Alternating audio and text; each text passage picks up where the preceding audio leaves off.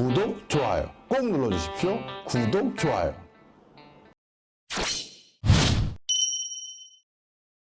자, 그런데 지금 또 기후변화가 엄청 심하게 전개되고 있죠. 그것 때문에 많은 국가에서 그린란드에서 뭔가 새로운 비즈니스를 하려는 것이 아니라 그린란드를 보면 자신들의 미래를 알 수 있다라고 해서 그린란드를 모니터하고 있는데요. 대표적으로 이제 얼마 전에 우리나라에서도 보도됐던 내용인데요. 그린란드 이 조그만 마을 앞에 높이 100m가 되는 초대형 빙산이 떠온 거예요.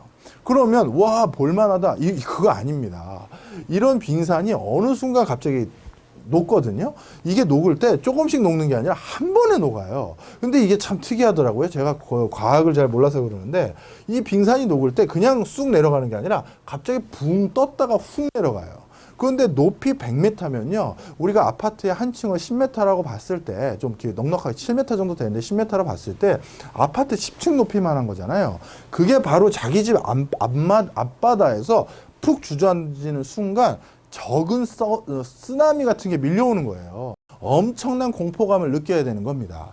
그래서 그린란드인 자체도 지금 기후변화로 인해서 걱정도 되게 많이 하고 있어요. 물론 뒤에는 그린란드인들이 좋아하는 부분도 있다라고 말씀을 드릴 텐데 일단 걱정하는 사람들도 되게 많은데 자 이렇게 그린란드에 이런 영구 동토층이 녹기 시작하니까 어떤 나라들이 걱정을 하냐면 사실 전 세계 나라들이 걱정을 합니다. 왜냐? 전 세계의 많은 메트로폴리탄 도시들, 즉 전 세계의 네노란 도시들 대부분은 해안가에 위치해 있죠. 그리고 해안가에 조금 저지대 가까운 데 위치한 도시 많습니다. 대표적으로 런던, 그 다음에 뉴욕, 그 다음에 좀 전에 우리 지난번에 살펴봤던 자카르타, 인도네시아, 그 다음에 이집트의 나일강 하구의 삼각주 연안이라고 해서 거기도 나일강 하구이기 때문에 가장 저지대거든요.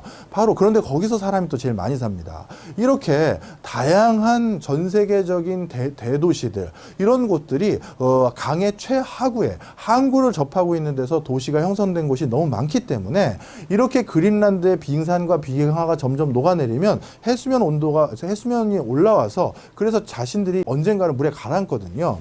그래서 향후 몇십 년 안에 그 전 세계 해수면이 한 7m 가까이 올라올 것이다라는 게 중론이고요. 그렇게 되면 전 세계에서 우리 사람들이 살 수 있는 면적이 많이 잡는 어떤 연구에서는 12% 정도 줄어들 것이다. 적게 잡는 데는 5% 정도 줄어들 것이다라고 얘기하고요.